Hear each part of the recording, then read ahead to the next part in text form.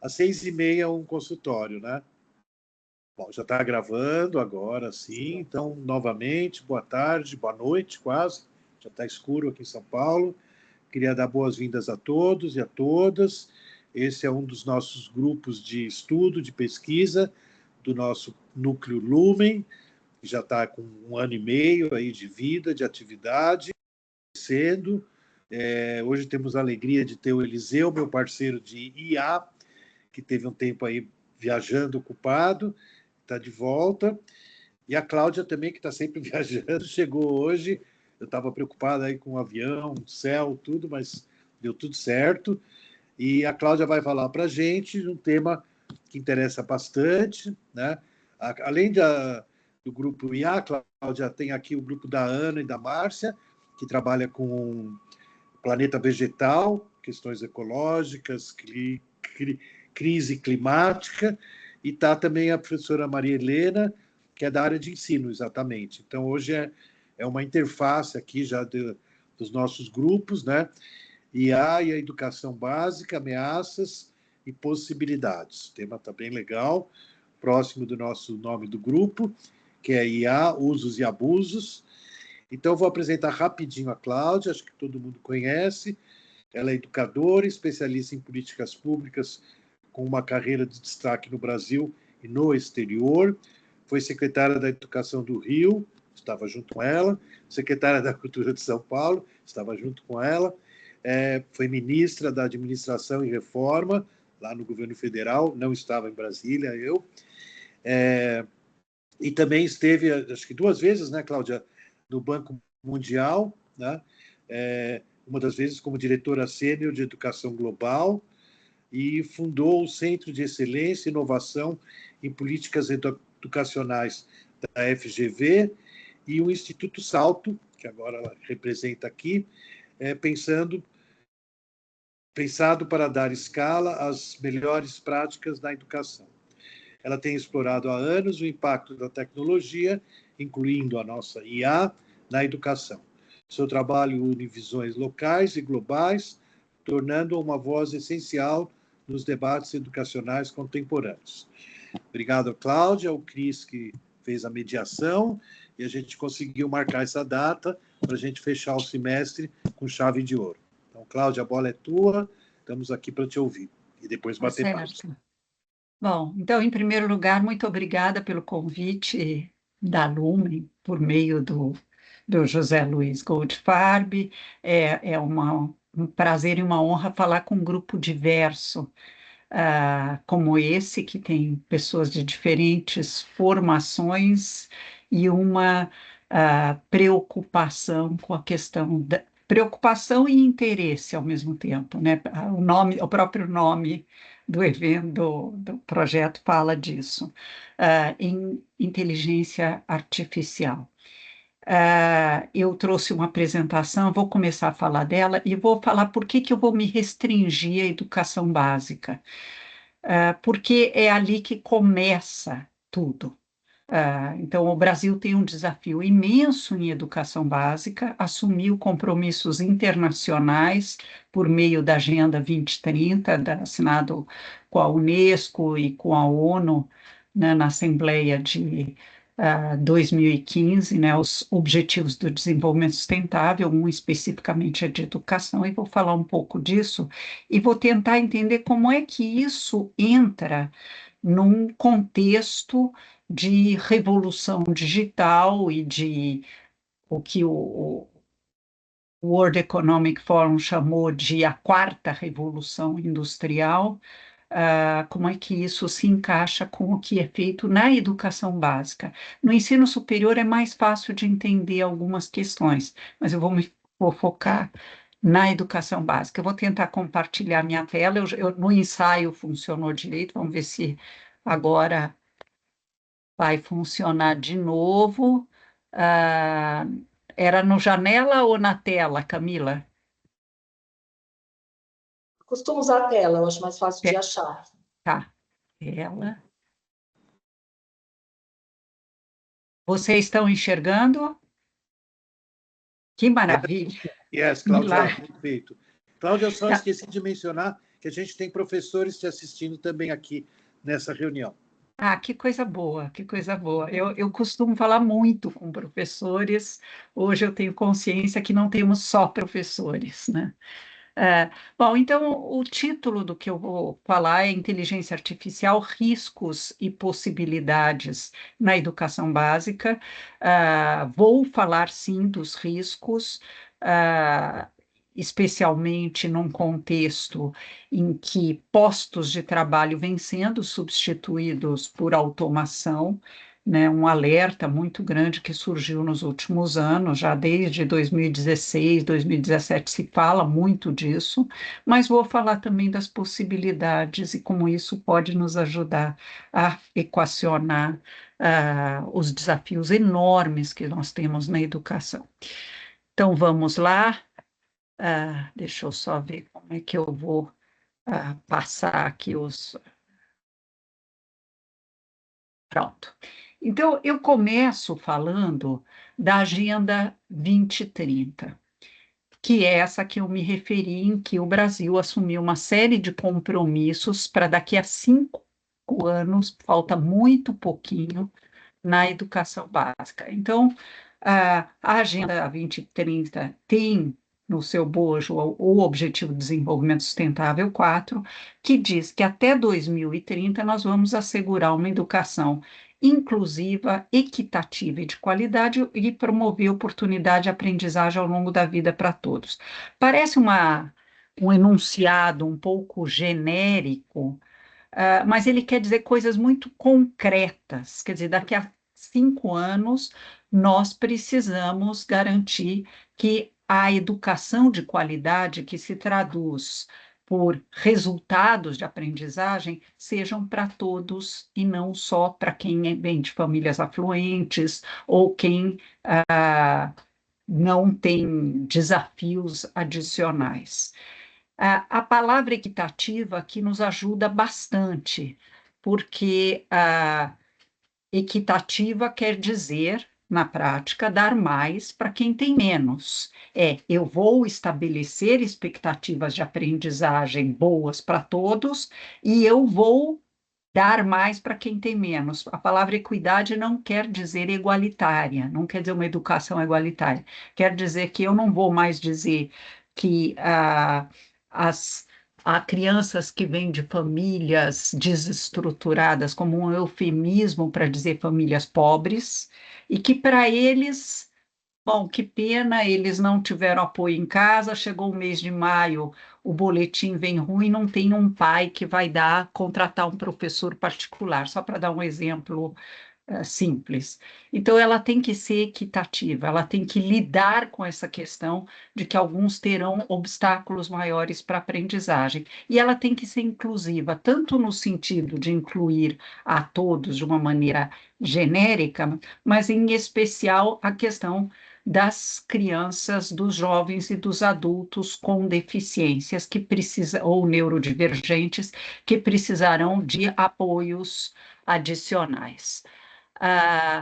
Então, a palavra inclusive, equitativa e de qualidade já falamos, mas eu queria me deter um pouquinho e promover oportunidades de aprendizagem ao longo da vida para todos. Para quem é da área de educação, promover oportunidade de aprendizagem ao longo da vida normalmente é associado com a educação de jovens e adultos. É dar uma chance para quem não pôde no tempo certo estudar ou não pôde concluir sua escolaridade.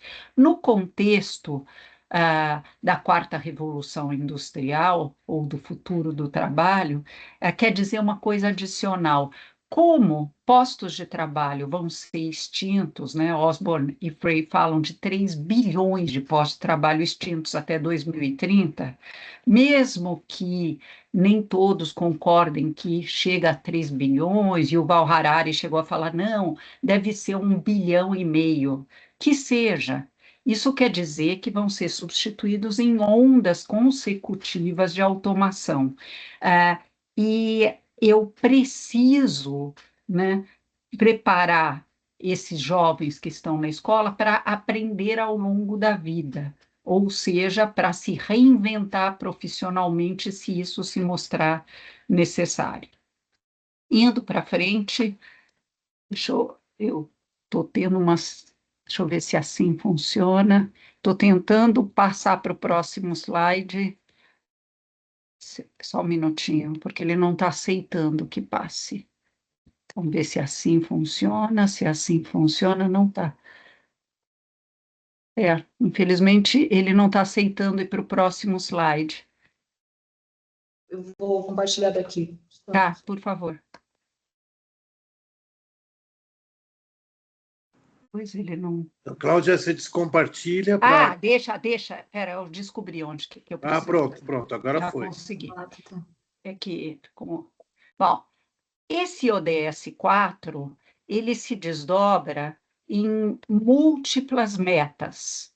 Uma delas diz que, eu estou tentando agora passar esse, uma delas diz que até 2030 nós vamos assegurar que todas as meninas e meninos completem, não é só ter acesso à educação primária, nossos anos iniciais do fundamental, e secundária, anos finais e ensino médio, de qualidade e equitativa, que conduza a resultados de aprendizagem relevantes e efetivos.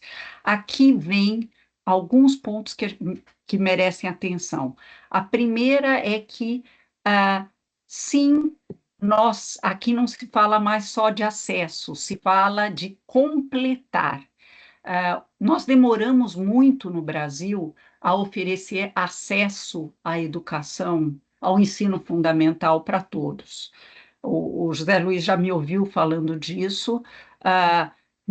Em 1930, nós tínhamos no Brasil só 21,5% das crianças no ensino primário, nos anos iniciais. 21,5%. Enquanto a Argentina já tinha 62%, o Chile já tinha 73%. Quando chega no fim dos anos 60, a tal escola pública de qualidade, pergunte para sua avó como era a escola pública de qualidade, no final dos anos 60, quando a Argentina já tinha universalizado, o Chile já tinha universalizado, não vou nem falar de Estados Unidos e Europa, o Brasil tinha só 40% das crianças no ensino primário. Só para comparar, a Coreia, em 1930, estava empatada com o Brasil. Quando chega em final da década de 60, ela já tinha universalizado. Então, nós demoramos muito a universalizar o acesso ao ensino fundamental. Foi só na primeira década do século XXI que nós universalizamos o acesso ao ensino primário, ao ensino fundamental. E ainda não universalizamos o acesso ao ensino médio. Então, aqui, o nosso desafio é enorme, porque quando a gente falar de secundária, a gente tem que universalizar o acesso, que ainda não foi feito, e, além disso, nós temos que garantir que todos completem. Hoje, no Brasil, o Fundamental 2, só 78% completam, e o ensino médio, só 69% completam com até 2 anos de defasagem da série, o que é muito ruim. Mas não basta completar. O ODS 4 quer que seja de qualidade, qualidade entendida como a parte final aqui da frase, que conduz a resultados de aprendizagem. Qualidade é aprendizagem. Não é piscina coberta, não é quadra coberta, é todo mundo aprendendo o que é esperado para cada série. E tem que ser equitativa, como a gente falou antes. Então, deixa eu avançar mais. Agora já consegui descobrir como é que avança. O ODS 4 eu vou mostrar mais 2 metas para chegar na questão dos nossos desafios educacionais e da inteligência artificial. Até 2030, diz o ODS 4, ele tem 7 metas, mas eu não vou ler cada uma delas, porque senão eu não avanço. Mas até 2030, nós vamos falar só de 3. Nós temos que assegurar que todas as meninas e meninos tenham acesso a programas de primeira infância de qualidade. E observe que nós não estamos falando programas educacionais de qualidade, nós estamos falando programas no geral de primeira infância. Por quê? Porque é na primeira infância que é mais urgente colocar as diferentes políticas sociais em diálogo, política de saúde, né, para que o cuidado com a criança pequena, né, na primeira infância 0 a 6, seja efetivo para que ele possa ter um pleno desenvolvimento, a política de assistência social, especialmente para formar vínculos afetivos dentro da família. Já há muita pesquisa mostrando que se uma criança muito pequena está em estresse tóxico, ela não aprende, não é só que ela não se desenvolve, ela tem dificuldades brutais de aprender depois. E a política educacional. E aqui vem essa parte, incluindo a educação pré-escolar, para que estejam prontos para o ensino primário. Ou seja, em outros termos, diz o Heckman, Prêmio Nobel de Economia, que a etapa em que, por excelência, nós podemos nivelar diferenças de origem socioeconômica no desempenho escolar futuro é exatamente na primeira infância. Então, não é errado ao começar a alfabetização na pré-escola, muito pelo contrário, a Magda Soares, uma grande formadora de alfabetizadores, recomendava que se ensinasse, eu estou falando recomendava porque ela morreu há uns 3 anos, 4 anos, que se ensinasse consciência fonológica na pré-escola de forma lúdica, brincando. A pré-escola, a educação infantil e a pré-escola em geral, é um momento em que a aprendizagem tem que ser lúdica, mas também tem que ser com intencionalidade pedagógica, como estabelece a Base Nacional Comum Curricular. Indo para frente, se eu voltar a achar aqui como que eu achei. Eu vou falar da terceira e última meta que eu trouxe para a gente poder entrar na questão dos desafios educacionais e da inteligência artificial. A Agenda 2030, ou o ODS 4, estabelece que até 2030 nós temos que garantir que todos os alunos adquiram conhecimentos e habilidades para promover o desenvolvimento sustentável, que não é restrito ao meio ambiente. Ele tem uma noção de o que a gente deve construir para as gerações futuras, para ter uma sociedade coesa também. Por meio de educação, sim, para sustentabilidade e estilos de vida sustentáveis, mas também a dignidade humana, ensinar o aluno que ele tem direito à dignidade, mas o seu colega também tem, uma visão de direitos humanos. A promoção de uma cultura de paz e não violência e uma visão de cidadania global. Nós integramos em tempos de guerras crescendo, ressurgindo, a importância de entendermos que fazemos parte de uma mesma humanidade. Bom, nós assumimos esses compromissos para 2030.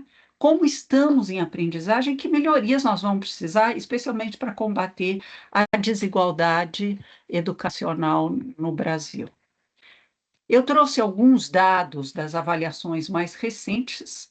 É importante entender que o Brasil foi muito impactado pelos 2 anos inteiros de escolas parcial ou totalmente fechadas.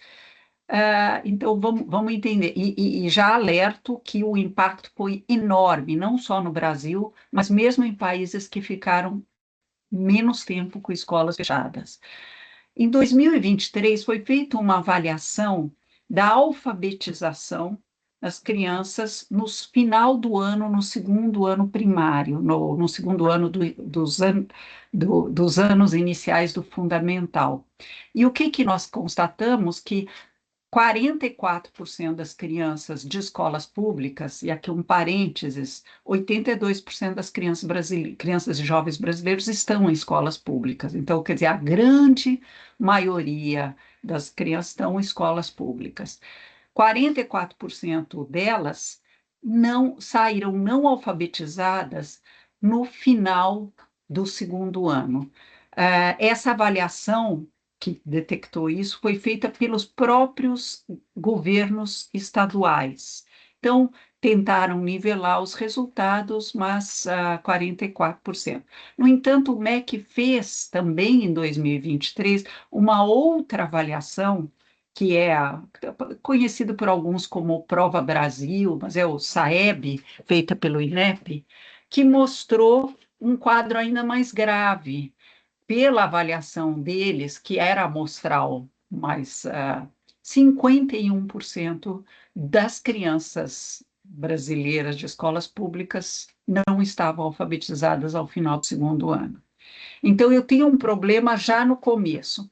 Parte disso é impacto, sim, da pandemia, mas precisamos prestar atenção e entender o que está acontecendo.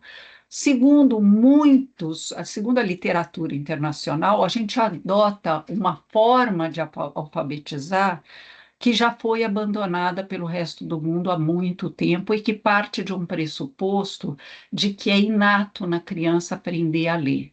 Aprender a falar, sim, desde que imerso em ambiente falante, a grande maioria das crianças aprende a falar. O cérebro humano ainda, talvez um dia vá ser inato, ou a gente, dada a evolução, não sabemos, mas hoje não é inato aprender a ler. Precisa ensinar o código letrado, como eu disse agora há pouco, a Magda Soares recomendava que se fizesse isso na pré-escola, de forma lúdica. Se eu olhar para outra ponta, para a terceira série do ensino médio, no pré-pandemia, nós já tínhamos um quadro muito complicado. Só 10,8% dos jovens brasileiros na terceira série do ensino médio aprenderam o suficiente em matemática. Eu queria fazer um parênteses para relembrar um dado que eu dei há pouco. Nem todos terminam o Fundamental 2. Entre os que terminam, nem todos entram no ensino médio. E os que entram no ensino médio, muitos repetem a primeira série do ensino médio algumas vezes e acabam abandonando a escola. E eu posso dizer, portanto, que entre os sobreviventes, os que chegaram até a terceira série do ensino médio, só 10,8% deles aprenderam o suficiente em matemática. Quem é professor universitário e lida com matemática sabe bem do que nós estamos falando. E aqui é pré-pandemia. Em português, 37,1% pré-pandemia, SAEB de 2019. Um quadro um pouco melhor, mas ainda muito preocupante. Aí, em 2021, foi feita uma nova avaliação do SAEB e que mostrou perdas importantes em matemática, que resultaram que só 5% dos jovens da terceira série do ensino médio aprenderam o suficiente em matemática. Essa de 2021 é impactada pela pandemia, evidentemente.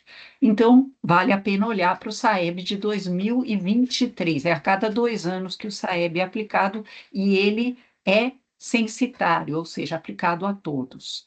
No SAEB de 2023, houve uma pequena melhora, mas a matemática também apareceu afetada num patamar um pouco menor, eu diria nem tão pouco assim, que o de 2019. 5,9% só aprenderam o suficiente em matemática.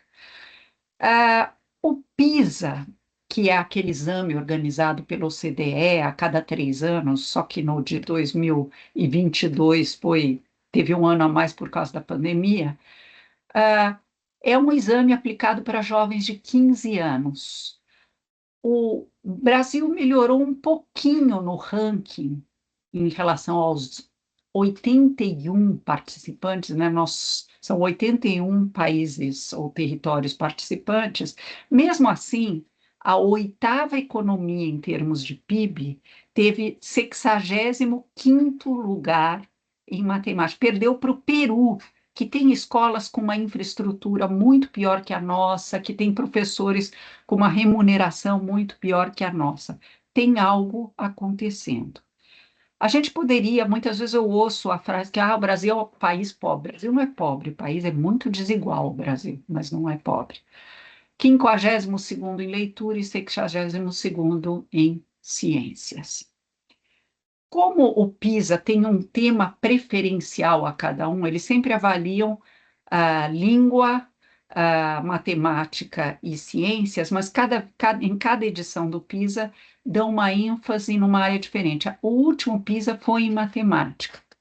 Como é que nós nos saímos? 73% dos estudantes brasileiros não alcançaram o nível básico. O nível básico é o mínimo minimorum, é o nível 2. 73%. E aqui não é só alunos de escolas públicas, não. Tem alunos de escolas particulares também. No PISA, metade não tem o nível básico em leitura e mais da metade não atingiu o nível básico em ciências. Eu não estou falando todos esses dados para a gente se deprimir, é para quando a gente falar de inteligência artificial, a gente não fantasiar que agora entra a inteligência artificial e nós vamos preparar todo mundo. Nós vamos ter que fazer duas tarefas ao mesmo tempo. Recuperar os fundamentos da educação ao mesmo tempo em que a gente avança em competências mais complexas. Essa edição do PISA, essa última edição do PISA, teve também uma prova de pensamento criativo. Muita gente falou que o Brasil vai se sair bem, porque criatividade nós somos ótimos, nós compomos músicas muito criativas, nós temos arte. Não, não.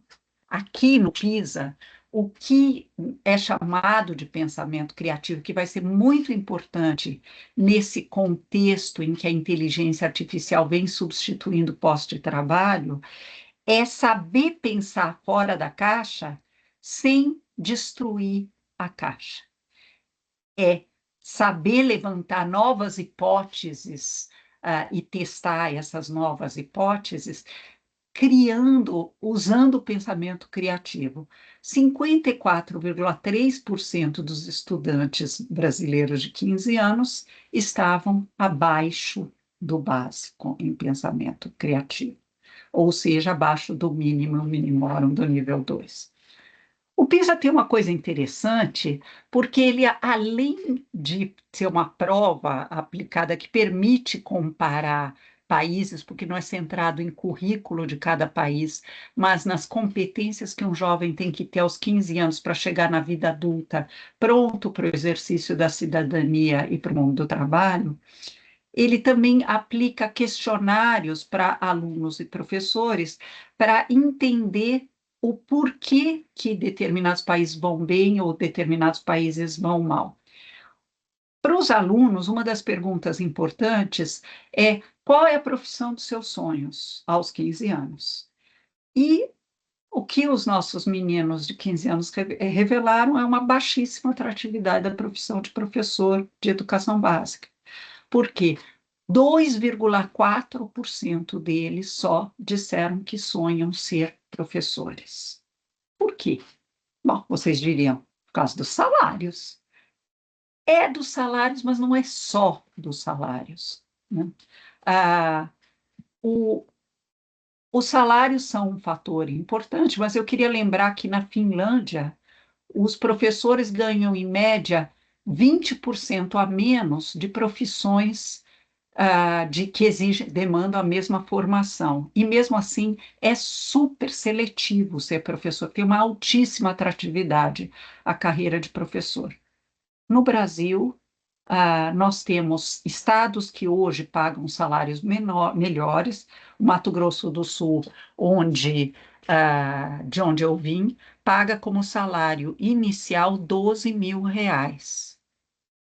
Mesmo assim, há um problema de atratividade. Então, não é só salário, é também a fragmentação dos contratos. Ou seja, um professor, especialmente Fundamental 2, ensino médio, ele dada a baixíssima carga horária que o Brasil tem, essa jabuticaba de um ensino fundamental de 4 horas por dia. Nenhum país que está entre os 40 primeiros do PISA tem menos de 7 horas. Eles têm, em média, de 7 a 9 horas a jornada diária na escola. Para nós, 4 horas a gente acha suficiente. E, por conta disso, a gente tem que espremer o conteúdo de 13 matérias nessas 4 horas, né? Meio complicado. Isso faz com que o professor tenha que se deslocar para várias escolas, às vezes vários municípios, para completar uma jornada de 40 horas, que é o que pratica-se nas profissões que demandam ensino superior. Mas tem um terceiro motivo por que a profissão de professor é tão pouco atrativa, que é o baixo prestígio ou status da profissão. A opinião pública trata o professor não como alguém que mereça respeito e admiração profissional, mas como alguém que é como se fosse uma vítima da sociedade. E é impressionante como a gente, quando lê artigos em jornal que falam em professor, fala, coitado, imagino em que condições ele trabalha. E muitas vezes é verdade que as condições são desafiadoras, mas ele não é olhado como um profissional. Se a gente falar de saúde pública também, as condições em que se trabalha em centros de saúde, os médicos, é bastante desafiadora. Mas não se fala do médico de saúde pública como se ele fosse um coitadinho. Infelizmente, quando se fala de professor, é como se ele não tivesse o direito de ter orgulho das suas práticas profissionais. E um jovem de 15 anos escuta seu professor sendo tratado dessa maneira, ou às vezes o próprio professor se apresentando dessa maneira, não será essa a profissão dos seus sonhos. Mas os questionários também são passados para os professores e perguntados como ele enxerga a formação que ele recebe no ensino superior, os professores revelam uma profunda desconexão entre a formação que ele recebe e as necessidades da sala de aula. É como se, transpondo a formação do professor para um médico, ou, por exemplo, de um professor de matemática, que tem 3 anos e meio de matemática e depois 6 meses de história da educação, filosofia da educação, sociologia da educação, e um estágio de 4 meses, que muitas vezes é ritualístico numa escola, é como se eu formasse um médico com história da medicina, filosofia da medicina, sociologia da medicina, e depois fizesse um estágio de 4 meses e depois dissesse, opera o cérebro dessa criança, que é o que nós, professores, metaforicamente falando, fazemos. Eu completo aqui essa prévia sobre os dados da educação, falando um pouco do TIMSS. O TIMSS é um exame que a gente participou pela primeira vez, 63 países participaram, e nós também nos saímos muito, muito mal. Por que eu falei disso tudo? Porque não dá para falar da revolução digital e do advento da inteligência artificial sem entender bem onde que nós estamos em educação. Bom, eu falei há pouco que a automação, o advento da inteligência artificial vem extinguindo o pós-trabalho muito rapidamente. Eu atuei na Comissão Global sobre o Futuro do Trabalho, que a OIT organizou lá em Genebra. Nós éramos 26 membros analisando os impactos, isso em 2018 e 2019, que a inteligência artificial traria para a sociedade em geral. E eu era a única pessoa de educação. E a primeira reflexão que eu trouxe é que, como em outras revoluções industriais, com certeza outros postos de trabalho vão ser criados. Só que eles vão demandar competências muito, muito mais sofisticadas. E isso é um problema, porque nós não estamos conseguindo nem alfabetizar direito. Como é que eu lido com isso? A primeira resposta que eu daria é não dá para escolher, não dá para falar, primeiro vamos alfabetizar direito, depois a gente olha para competências mais sofisticadas. O mundo não vai esperar o Brasil. Nós vamos ter que repensar a educação brasileira de forma a entregar esses 2 conjuntos de competências ao mesmo tempo. E se não fizermos isso, aí a profecia do Yuval Harari vai ser verdade. Um brutal aumento da desigualdade social, um aumento e desigualdade social engendra violência, nós sabemos disso, mais do que pobreza, a desigualdade social é que engendra violência e engendra uma cidadania frágil que é berço de todo tipo de populismos. E nós não queremos isso para o Brasil. Então, o que eu fiz naquele trabalho na OIT? Fui olhar o que o mundo está fazendo no contexto da emergência da inteligência artificial e que para preparar os seus países. Então, eu olhei o que os países que têm os melhores sistemas educacionais vêm fazendo. Para a gente poder, inclusive, no nosso caso brasileiro, repensar o que fazemos. Primeiro, eles têm colocado foco naquilo que os, entre aspas, robôs não sabem fazer ainda, que é resolução colaborativa de problemas complexos com criatividade. Os robôs ainda não são capazes de criatividade original. E eles conseguem colaborar para resolver problemas operacionais, mas não complexos.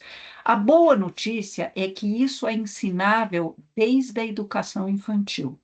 Fazer com que a turma aprenda a resolver problemas complexos. E aqui eu não estou falando de problemas de matemática, não. Problemas da comunidade onde aquela escola está colocada, problemas da própria dinâmica da escola. Isso demandaria que os próprios professores colaborassem mais, o que é inviável se eu tenho um professor pingando em 10 horas numa escola, 16 horas na outra.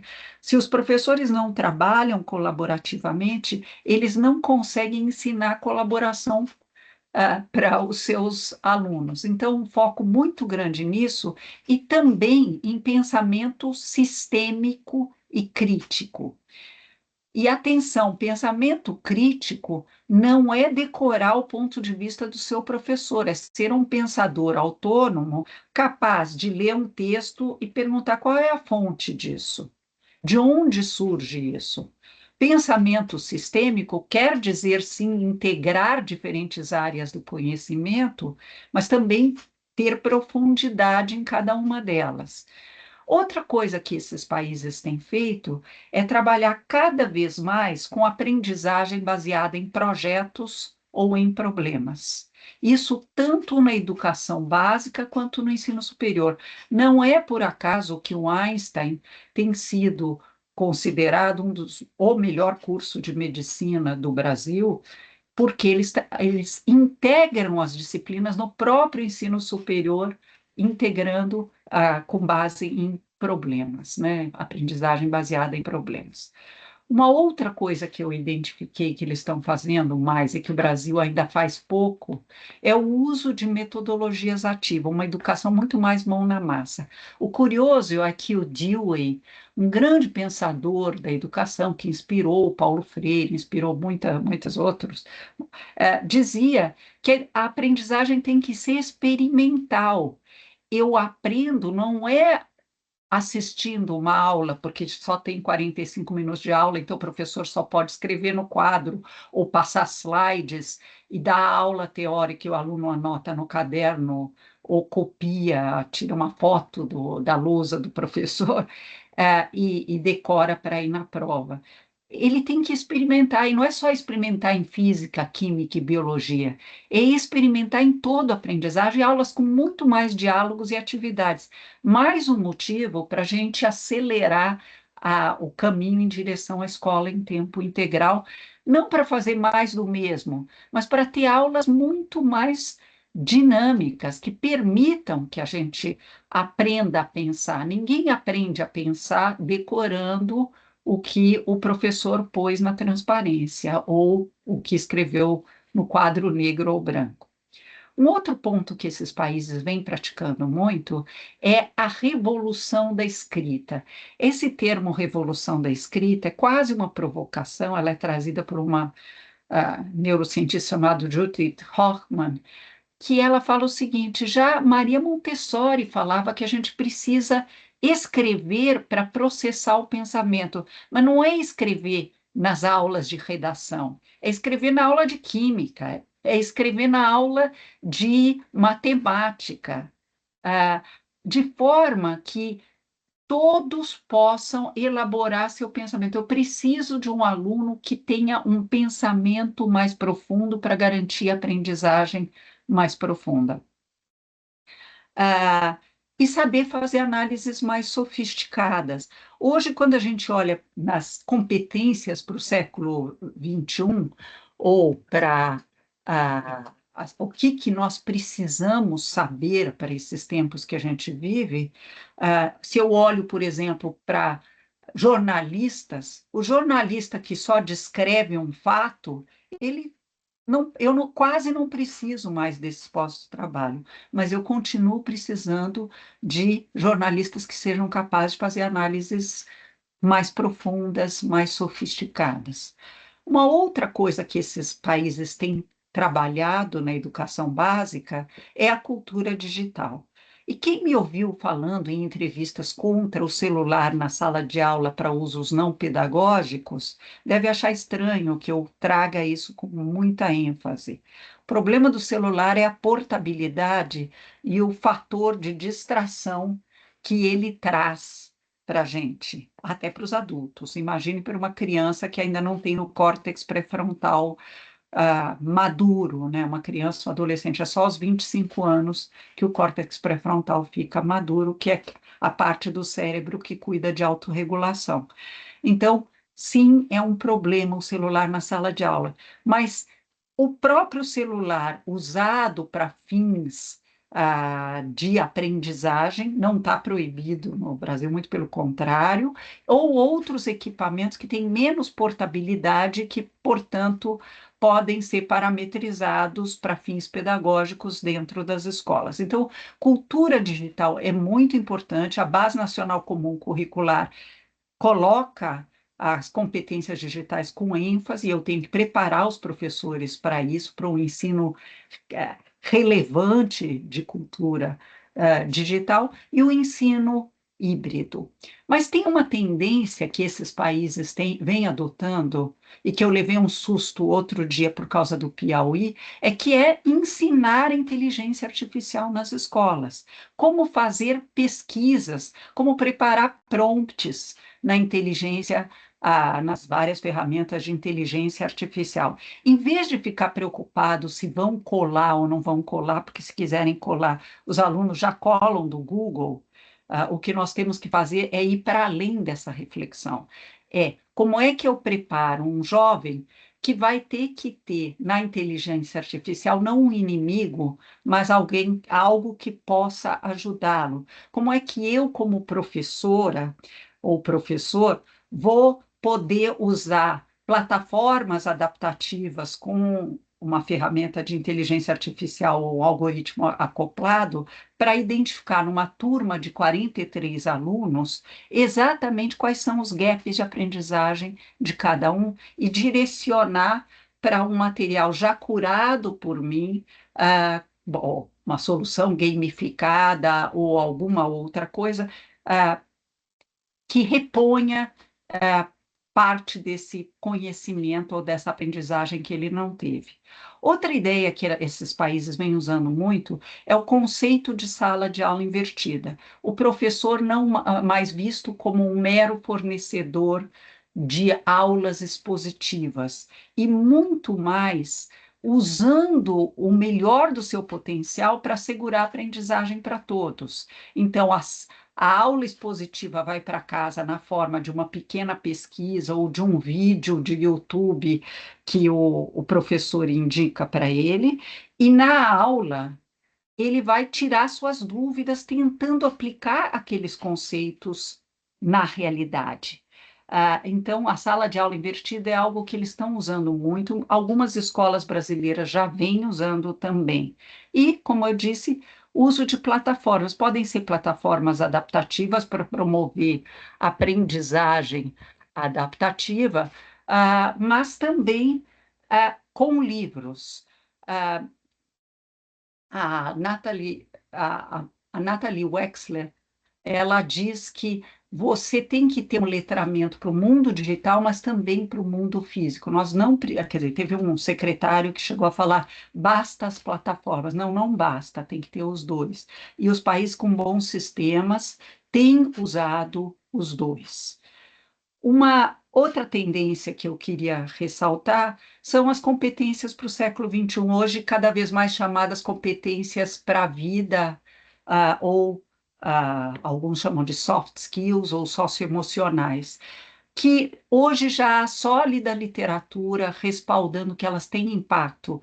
Resiliência, quer dizer, a visão de que você erra, você cai, mas você pode se levantar, persistência, garra, empatia, né? Todo o trabalho com literatura que ajuda muito em construir. E empatia, os robôs não têm empatia e nós humanos temos muito abertura ao novo e assim por diante.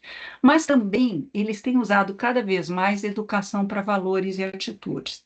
E eu não consigo falar de educação para valores e atitudes sem falar de um educador brasileiro maravilhoso que morreu há cerca de uns 12 anos, o Antônio Carlos Gomes da Costa, que falava que você pode trabalhar com o aluno, e ele fez uma revolução na Bahia com educação não formal e depois levou isso para Pernambuco. Ele está na base do ensino médio pernambucano em tempo integral, que é a ideia de ensinar para o aluno que ele é portador de sonhos de futuro e que com o ensino em tempo integral e tendo mentoria para que ele trabalhe esses sonhos, você pode fazer com que ele converta esses sonhos em projetos de vida. Qual é o meu projeto de vida? E dessa maneira, aprenda a ser empreendedor da sua própria vida futura. E isso constrói autonomia. E ele veio também com a ideia de protagonismo jovem. Eu, jovem, posso construir minha vida, mas também construir o planeta com que eu sonho, e com isso eu me formo para a autonomia e para a cidadania global. Indo para frente, naturalmente que tudo isso que eu falei demanda, se é para a gente seguir o que esses países fizeram para se preparar para esse mundo com inteligência artificial, em que a inteligência artificial vai estar presente, nós vamos ter que ter boas políticas educacionais. Então, em primeiro lugar, de tudo que eu falei, ficou muito claro que escolas em tempo integral é fundamental, não para fazer mais do mesmo, mas justamente para ter aulas com educação mão na massa, para ter espaços para esses jovens vivenciarem esse protagonismo via clubes clube de matemática, clube de ciências, clube de dança, vivendo aquilo tudo que eles sonham para eles mesmos.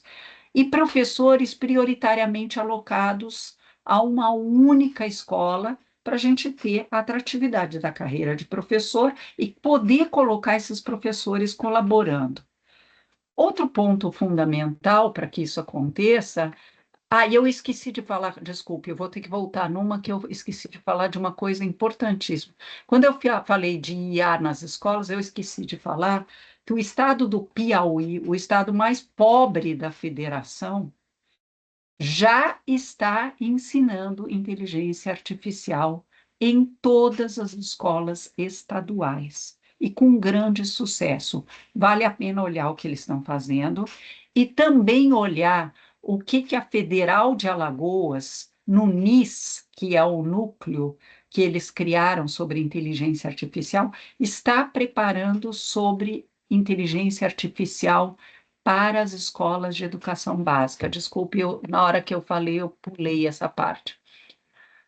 Mas voltando às políticas que precisam ser desenvolvidas, nós precisamos desenvolver as competências digitais dos professores, prepará-los para atuar nisso. E a gente não tem diálogo entre teoria e prática na formação dos professores, mesmo no meio real, não virtual ou não digital.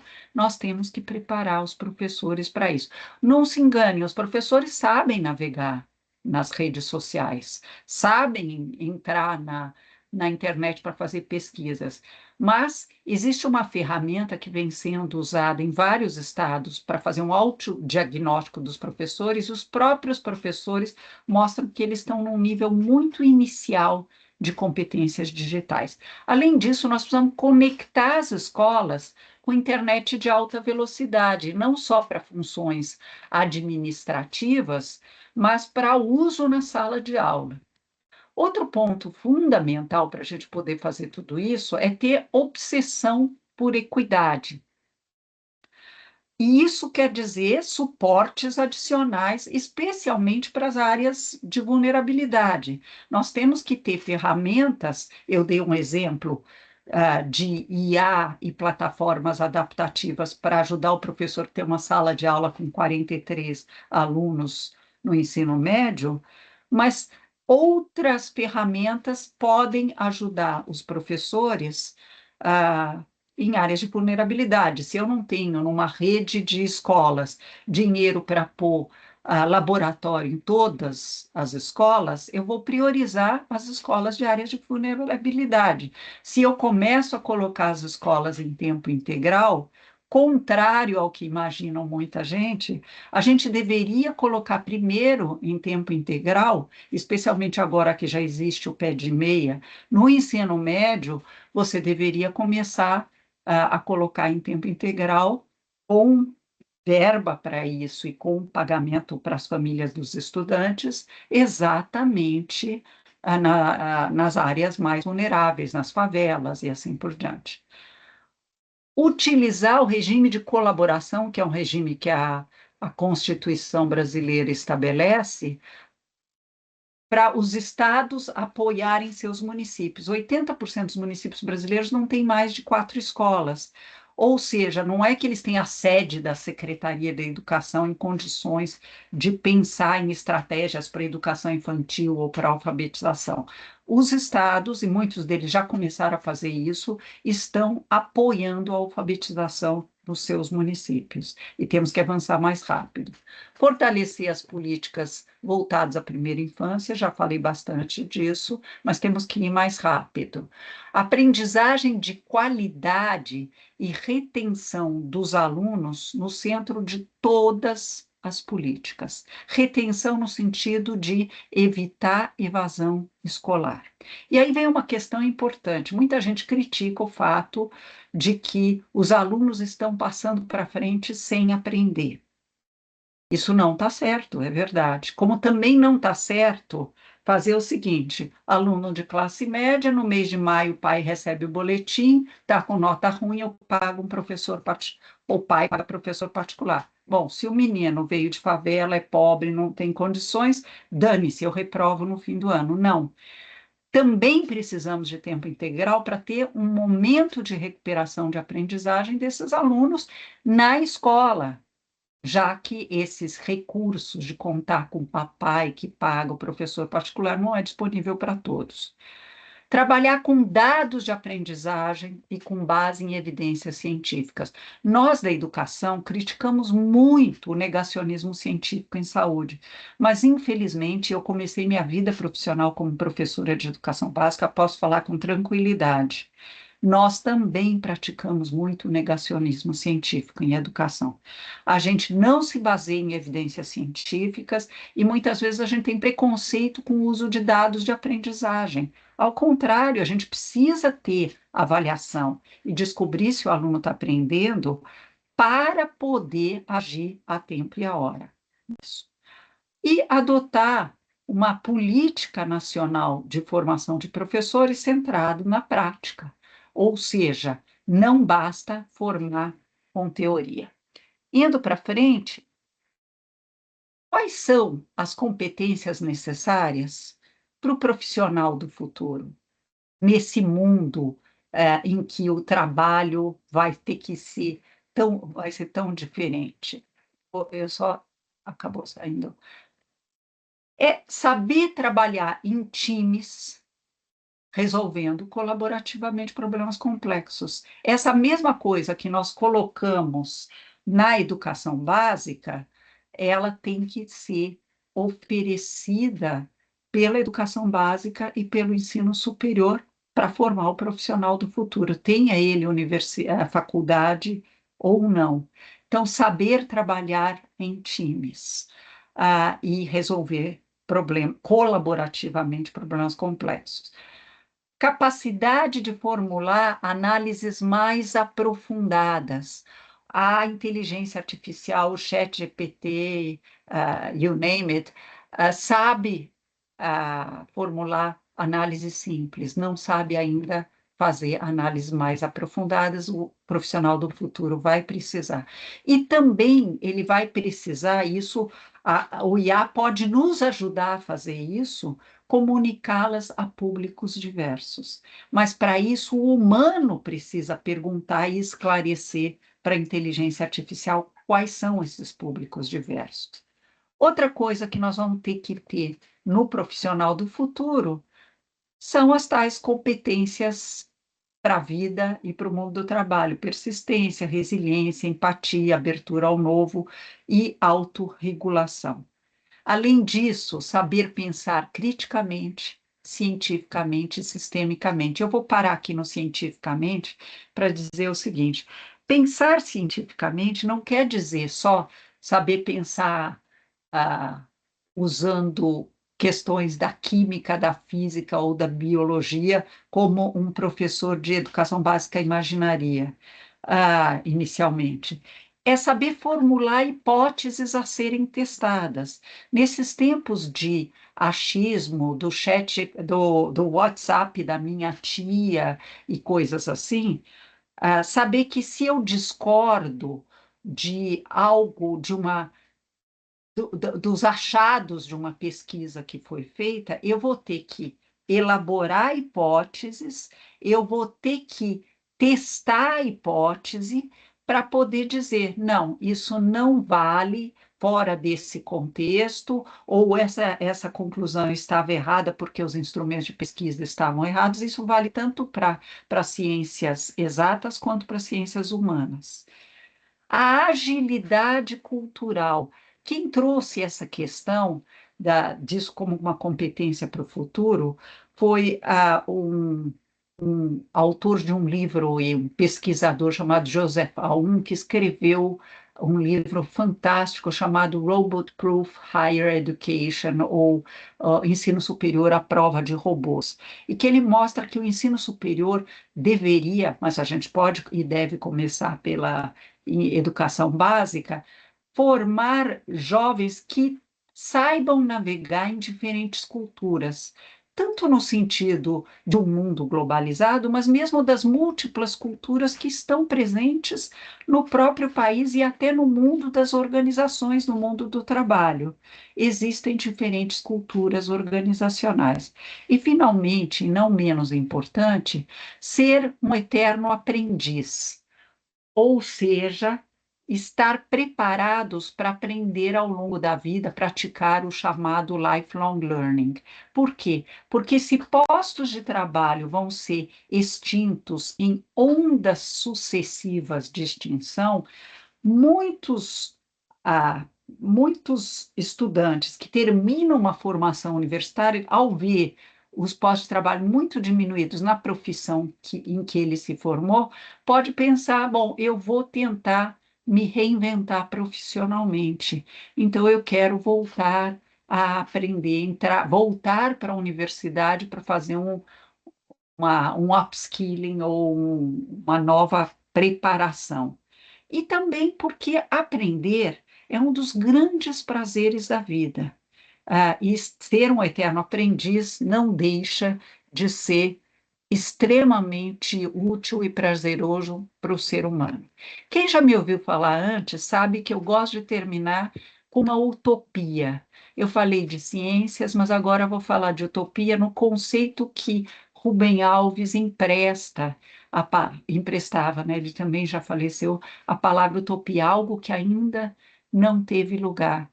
Qual escola para se construir para o futuro, nesse futuro em que a inteligência artificial vai ter um papel tão importante e, ao mesmo tempo, tão ameaçador? Espera um pouco que pulou aqui um slide, não deveria ter pulado. Inverteram os slides, não tem problema. Eu sonho com uma escola em que todos aprendam, ou seja, em que se possa de fato combinar excelência com equidade. Não é baixar a régua para que todo mundo possa se sentir incluído. Não, é ter uma régua alta, excelência, e, ao mesmo tempo, suportes adicionais para aqueles que precisam. Uma escola, eu sonho com uma escola em que tanto alunos como professores trabalhem colaborativamente, porque é isso que o mundo vai demandar deles. Uma escola, e aqui eu empresto aquele conceito desse senhor que mês que vem faz 104 anos e que escreveu um livro no ano passado, eu, quando crescer, quero ser o Edgar Morin. Ele fala de uma escola em que os saberes não estejam fragmentados. Ele escreveu um livro em 2003 fantástico, criticando a educação francesa e sugerindo novos caminhos, inclusive com a religação, que é o termo que ele usa, dos saberes. Eu sonho com uma escola que ensine a pensar, não é decorar o pensamento do outro. Quem é formado para decorar o pensamento do professor acaba virando seguidor de guias geniais das massas, de mitos.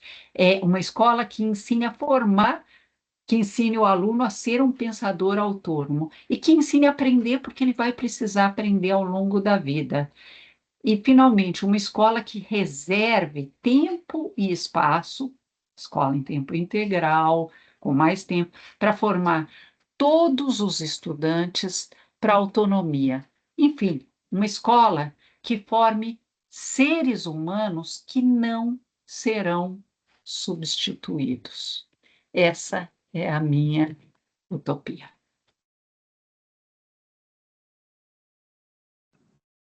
Muito bom, Cláudia.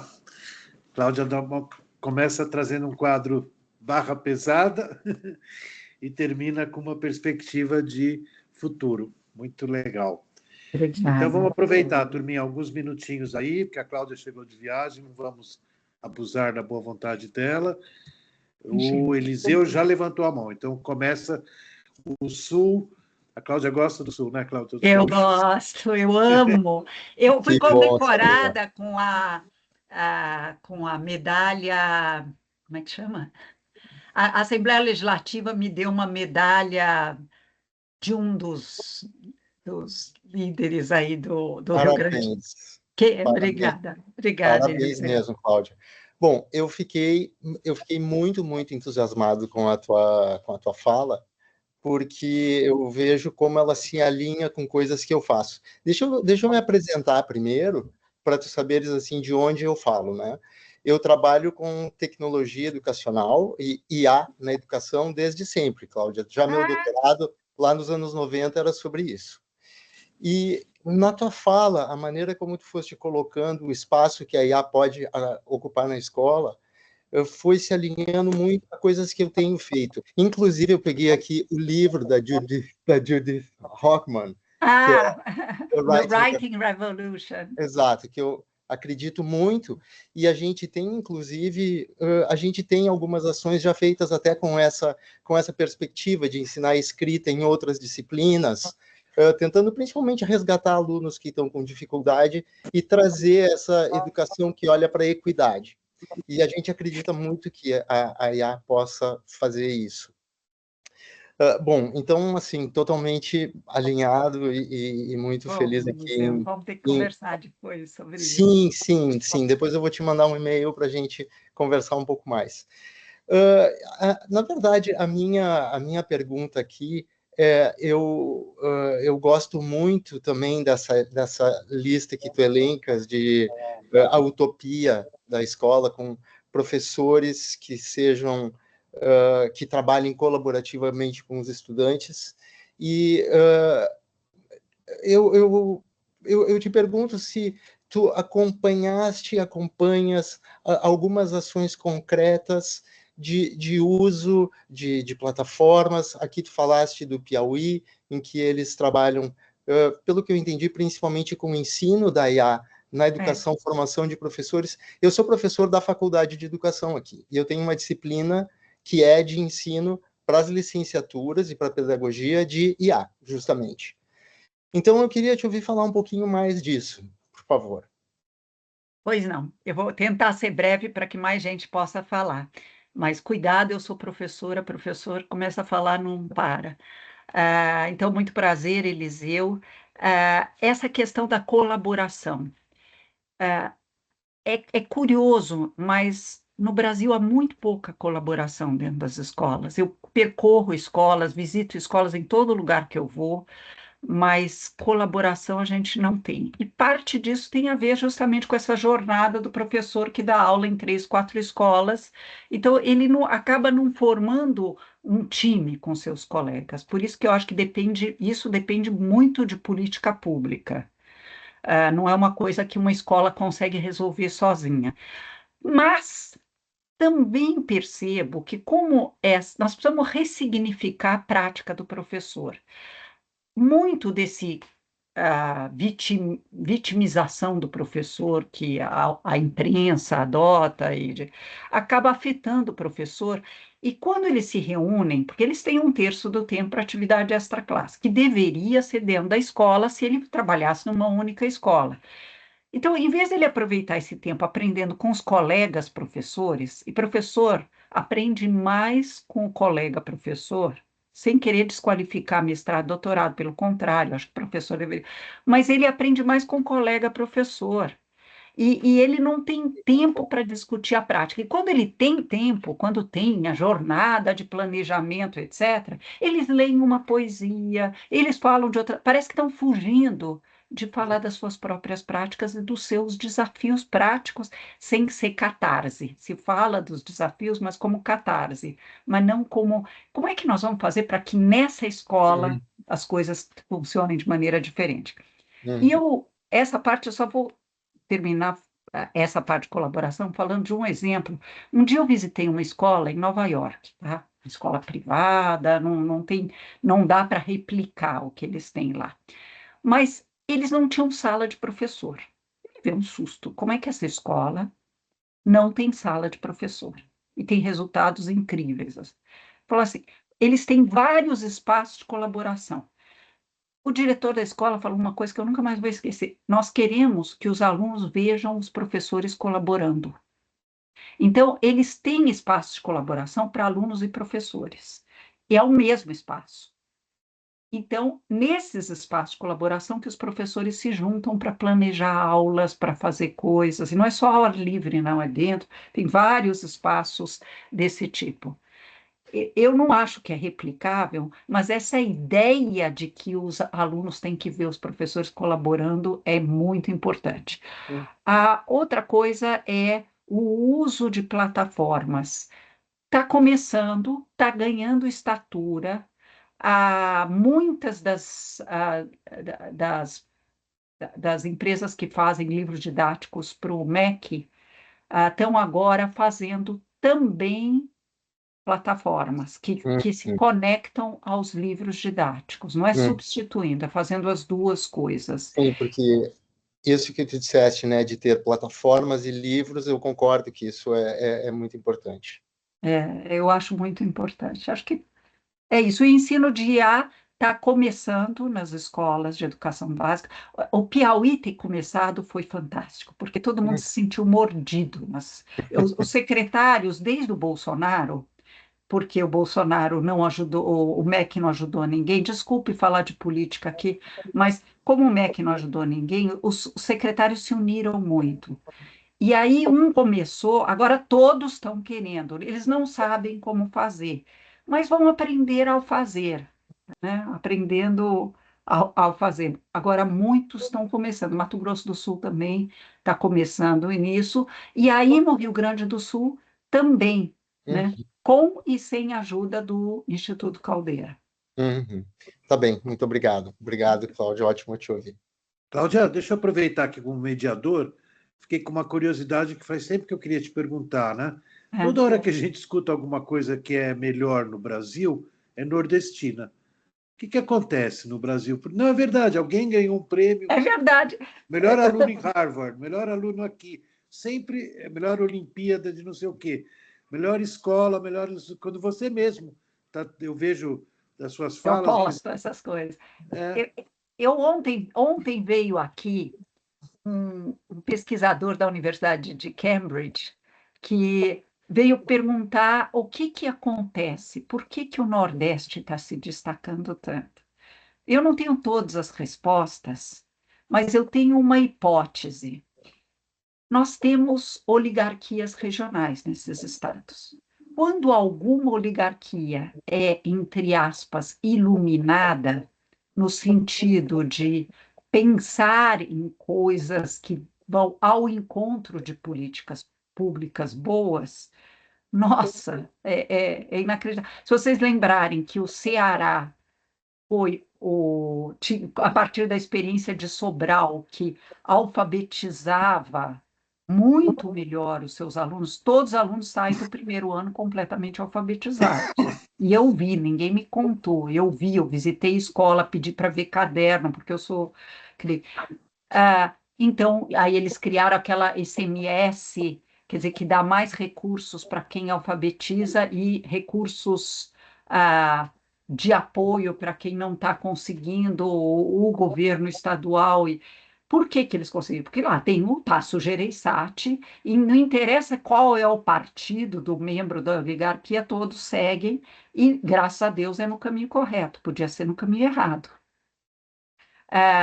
Então, parte disso tem a ver com essas. O que acontece no Piauí? Né? O Rafael, o governador do Piauí, precisa conversar com ele para entender por que está dando certo. Ele é um visionário e ele consegue mais um membro de uma oligarquia regional que está funcionando. Teresina, no Saeb passado, foi a melhor capital. Nesse segundo Saeb, foi a segunda melhor. São Paulo é a penúltima colocada na avaliação de alfabetização. Penúltima. Então, para a gente entender que sim, o fator socioeconômico tem um papel, mas não é só isso. Tem alguma coisa que está no campo da política pública e que talvez se traduza pelos motivos errados, a gente acaba acertando. Se eu posso. É uma hipótese, eu não tenho dados para confirmar, mas que seja Pernambuco, as escolas em tempo integral. O que está acontecendo? Piauí, tem algo acontecendo. Aliás, Piauí, no final desse ano, completa todas as suas escolas de ensino médio com oferta de tempo integral e todas com oferta de um itinerário formativo profissionalizante, se o aluno desejar. Maravilha, Cláudia. Nossa querida Maria Helena, que é do nosso grupo do Lumen, que está aqui junto hoje com a Cláudia. Fala, Helena. Bom, muito obrigada aí pela exposição, achei coisas muito legais que você falou. Queria fazer alguns comentários, né? Eu estou fechada com você, a questão da escola pública em tempo integral, da escola em tempo integral é fundamental. E aí outra coisa que você não falou explicitamente, mas na sua fala você falou a educação básica é o começo de tudo, mas você falou muito do papel do professor, da formação do professor. Então eu acho que a gente tem que agir em todos os pontos do ciclo, né? Para quebrar o ciclo tem que ser em todos os pontos. Não adianta a gente querer começar do comecinho, porque quem está com os alunos precisa também uma formação continuada, né? E não é só, sabe, Cláudia? Eu trabalho muito com professores, eu fui professora da rede pública, sabe? Eu sei como é que rola, fui no tempo do Maluf, tá? Que a coisa começa a ficar muito dura, né? Depois peguei também o Revival que teve com o Montoro por aí, então eu passei um tempo de muita mudança, né, na escola pública. E agora o que eu vejo nos meus alunos é a questão da degradação mesmo. Então, o professor não é só ele ter muitas escolas para ir, porque isso eles também vai ter. A maioria dos professores que estão na escola pública também estão na privada, tá? Dão 60 aulas por semana, né? E não é porque ele fica pingando, é porque as condições de trabalho são muito ruins, né? Então, as políticas públicas têm que visar também Isso. melhorar as condições de trabalho, o ambiente da escola, os funcionários. Poxa, outro dia eu fui fazer uma atividade numa escola, uma atividade assim, que não tem nada a ver com o ensino, é outra coisa que eu fui fazer lá, mas fui numa escola pública que estava recém-reformada, né? Porque tinha caído o teto, ficou tempos fechada. Tá linda a escola, tem quadras, tem espaços maravilhosos, mas tem 2 funcionários para uma escola inteira. Então, os alunos não podem ir na quadra. Como é que você vai soltar os alunos da quadra se não tem as pessoas que, que vão lá, né, orientar os alunos, né? Menino porque lá funciona Fundi 2 e ensino médio, né? Menino, adolescente é bicho solto, não tem jeito, tem que muita energia. Então, tem essa questão das condições da escola, né?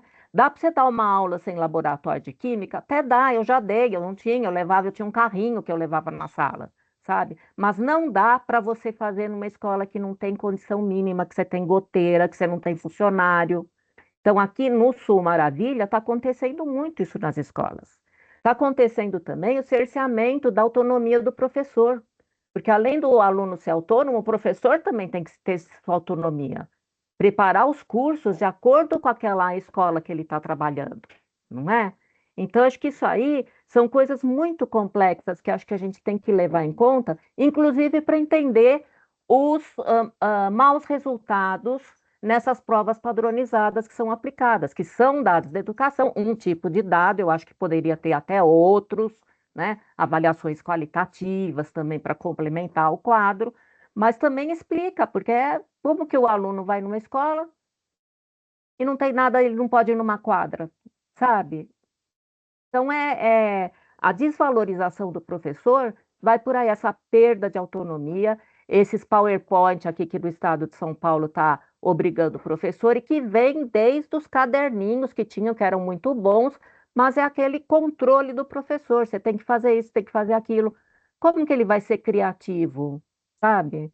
Então, é uma situação muito, muito ruim. Em relação às licenciaturas, melhorou muito. Eu também tenho muito contato com os professores que são formadores de professores, e os programas do PIB, de residência pedagógica, sabe, estão aí produzindo um pessoal de muito boa qualidade, com mão na massa, né? E só colocar outra coisa, você falou do PBL, aqui na PUC a gente tem PBL, viu? Nas Isso. engenharias, na medicina, né? Então a gente está com isso há muito tempo já, né? E são coisas que há muito tempo existem, sabe? Você pega os projetos de ciências, quer dizer, eu vou falar da minha área, que é de ciências, né? Minha formação original é como professora de química, né? Você tem o mesmo fundamento teórico que está lá no Brunner, está aí no PBL. Estava lá nos projetos renovados norte-americanos. Então, são coisas que vêm de uma tradição muito longa, mas que nunca pegaram, né? E aqui no Uhum. Brasil eu acho que é por causa tem esse fator sério, né? Da condição das escolas, da perda de autonomia do professor. Desculpa, também sou professora, falei muito, mas Não, queria trocar essa ideia com você tá. aqui. Primeiro, Maria Helena, muito obrigada pelos seus comentários. De fato, acho que nós estamos na mesma página. Eu só queria comentar algumas questões. Eu acho que parte da degradação tem a ver. Sumiu a Maria Helena? Deixa eu ver. Ou mudou de lugar? Mudou de lugar. É que quando. Parte da degradação tem a ver com um fenômeno complicado de entender, que é o fato de que finalmente os pobres entraram na escola e a escola não estava preparada para isso. Eu também comecei como professora num tempo em que só 40% das crianças, ou pouco mais tarde, já tinha, acho que, cerca de 60% das crianças na escola primária. Quando finalmente aconteceu um fenômeno complicado, que é quando finalmente os pobres entraram, eu estou falando pobre de propósito, não vou usar eufemismo, entraram na escola, o mundo do trabalho se abriu para a mulher, que antes estava restrita ao ensino. Esse fenômeno, as mulheres mais talentosas que trabalhavam iam para a profissão de professor. Hoje há uma oferta muito ampla e mais bem remunerada, com melhores condições de trabalho, etc. Parte da percepção de degradação tem a ver com isso. E por que eu estou falando percepção? Porque eu visitei escolas, eu fui diretora global de educação do Banco Mundial. Eu visitei escolas no Peru. As escolas no Peru, as nossas escolas são palacetes. Não estou falando das escolas de São Paulo só. Eu visito escolas todos os estados que eu vou. As escolas do Maranhão são palacetes perto das escolas do Peru. E eles estão melhores em aprendizagem que a gente. Tem alguma coisa que a gente não está capturando. Há uma degradação? Há. Mas há uma degradação por um fenômeno que a gente não conseguiu se preparar para assegurar educação de qualidade para todos, ou para lidar com uma realidade, né? Porque eu não quero também dizer que a escola do passado era maravilhosa.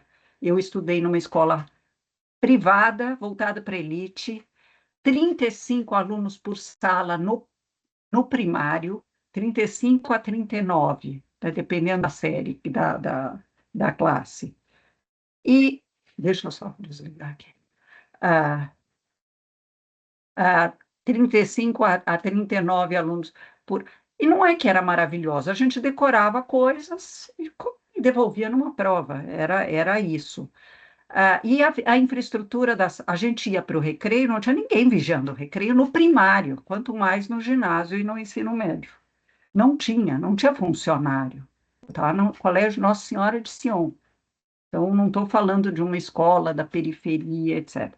Então, há uma degradação, mas a gente tem que merece atenção. As escolas não podem ter uma infraestrutura, não precisa ter piscina, não precisa ter um teatro sofisticado, mas elas têm que ter uma infraestrutura melhor, tem que ter ar-condicionado, não tinha no meu tempo, mas hoje em dia já é uma demanda importante de condições de trabalho.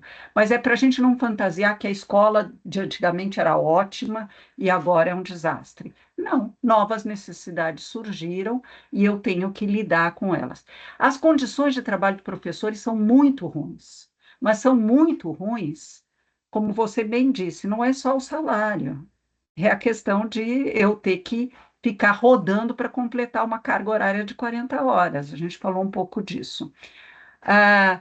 E essa questão de funcionários, a gente precisa prestar atenção porque o próprio ministro foi para dar uma entrevista e falou do risco de corte de despesas em educação. As despesas de educação têm que estar protegidas, não se constrói o futuro sem melhorar o gasto em salários e melhorar o gasto em ter funcionários para todas as atividades. Não dá para diretor de escola ser porteiro, para pegar um... Tem que ter porteiro, tem que ter dignidade na escola. Aqui, eu tinha um ponto que eu ia comentar, degradação, desvalorização. A questão do que já vem pré-formatado. A gente tem que tomar cuidado com a autonomia, Marilena. Sabe por quê? Porque tem que ter autonomia, mas a escola não pode ser uma ilha. Por que não pode ser uma ilha? Você não constrói equidade se cada escola é um fim em si mesmo, um feudo. Se a escola for um feudo, nós não estamos pegando aquilo que Manuel Castells falava da importância de se pensar a sociedade em rede. O sistema educacional tem que ser em rede. Eu nunca mais vou esquecer uma conversa que eu tive com a ministra de Educação da Finlândia, quando eu perguntei, mas por que na Finlândia é o Ministério da Educação que escolhe o livro didático em todas as escolas? Ele falou, pelo mesmo motivo que é o Ministério da Educação que faz o currículo. Ao contrário do que todo mundo imagina, há um currículo muito claro na Finlândia e há livros didáticos escolhidos. Dentro disso, cada escola tem autonomia. É para garantir equidade. Ela falou: como é que eu vou garantir equidade se a escola de uma área mais vulnerável tiver um livro de segunda categoria? Se a outra. E eu diria: como é que eu vou garantir equidade se cada professor decidir onde fica no concurso público? As escolas do Complexo da Maré não tinham professores, porque ninguém queria ir. Os últimos colocados no concurso iam para a Maré, os menos preparados. Aí a gente inverteu o jogo, passou a fazer que nem a diplomacia. Você encurta a tua carreira, a tua ascensão na carreira, se você pegar uma área perigosa. Se você for trabalhar no Complexo Amarelo, ou na Rocinha, ou não sei o quê, você ganha mais, porque as tuas condições são mais desafiadoras. E aí, com isso, a gente conseguiu colocar os melhores professores nas escolas mais desafiadoras. As melhores condições. A gente não tinha dinheiro para colocar todas em tempo integral, Fundamental 2, que é por onde a gente começou. A gente priorizou as áreas de vulnerabilidade. Então, tem que se pensar em rede, tem que ter autonomia do professor, sem dúvida, não estou discordando de você nisso, mas dentro de um contexto que a gente pensa em rede. Isso quer dizer que eu tenho que dar o PowerPoint do professor? Não, tem uma ideia muito mais criativa e que São Paulo não está adotando, que é fazer o seguinte: por que não faz times de professores de uma determinada disciplina elaborando o tal do PowerPoint, se precisar de PowerPoint? Eu fiz isso no Rio. A gente tinha, na tecnologia da época, uma coisa que a gente chamou de Educopédia, chamamos professores de matemática que querem elaborar juntos os PowerPoints. A gente deu um treino, o FRJ deu uma formação para eles nisso, e foram os próprios professores, a gente não comprou de ninguém, a gente fez os PowerPoints e coisas desse tipo, de português, de matemática, de ciências, fizemos os professores da própria rede, com a seguinte característica: não é de uso obrigatório, usa se quiser. E pode customizar, que é uma outra coisa que São Paulo não permite. Eu não gostei dessa solução, eu quero uma um pouquinho diferente. E deu muito mais certo. Valeu, Cláudia. Eu queria. Está quase na hora que eu combinei com a Cláudia. A gente tem uma última pergunta que levantou a mão bem cedo. Não levantem mais. É o Jonatas Povoa. Por favor, Jonatas, já frequentador aqui do nosso fórum. Olá a todos, tudo bem? Estão me ouvindo? Tá. Oi, Jonatas. Cláudia, tudo bem? Eu vou me apresentar rapidamente. Meu nome é Jonatas, sou mestrando do EHPS aqui da PUC. Eu gostei da sua fala e eu queria fazer uma pergunta para você. Eu sou professor da rede municipal da Prefeitura de São Paulo.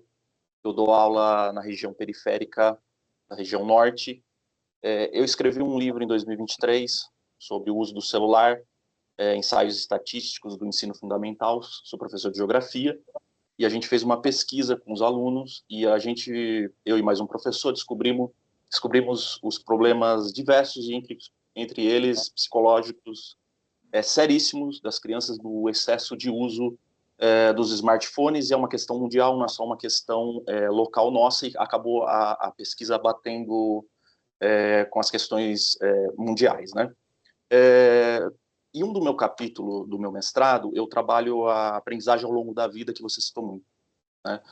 E eu fiz um levantamento de pesquisa com essa temática, com esse termo, dos últimos 5 anos da Unesco, os documentos da Unesco. E um dos documentos da Unesco, parte deles, eles citam muito a questão de trazer as inteligências artificiais para dentro da escola e da educação, documento de 2020, e também as parcerias que eles sugerem com as empresas, as corporações em si, né? E nesse panorama todo, eu queria fazer uma pergunta para você, nesse sentido, que você acredita que essa demanda por aprendizagem contínua promove o desenvolvimento dessas crianças ou apenas atende cada vez mais os interesses das empresas e a lógica produtiva? Uhum. Vamos lá. Jonatas, muito prazer. Que bom, professor da rede municipal, conheço vários.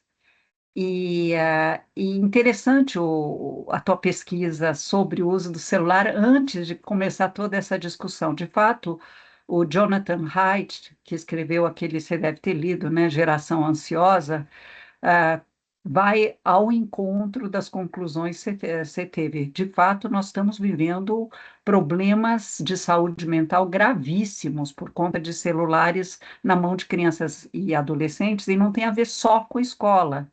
Tem a ver, muitos professores me relatam, por exemplo, que adolescentes não dormem à noite porque apareceu uma coisa numa rede social e aí eles ficam, não conseguem parar de fazer.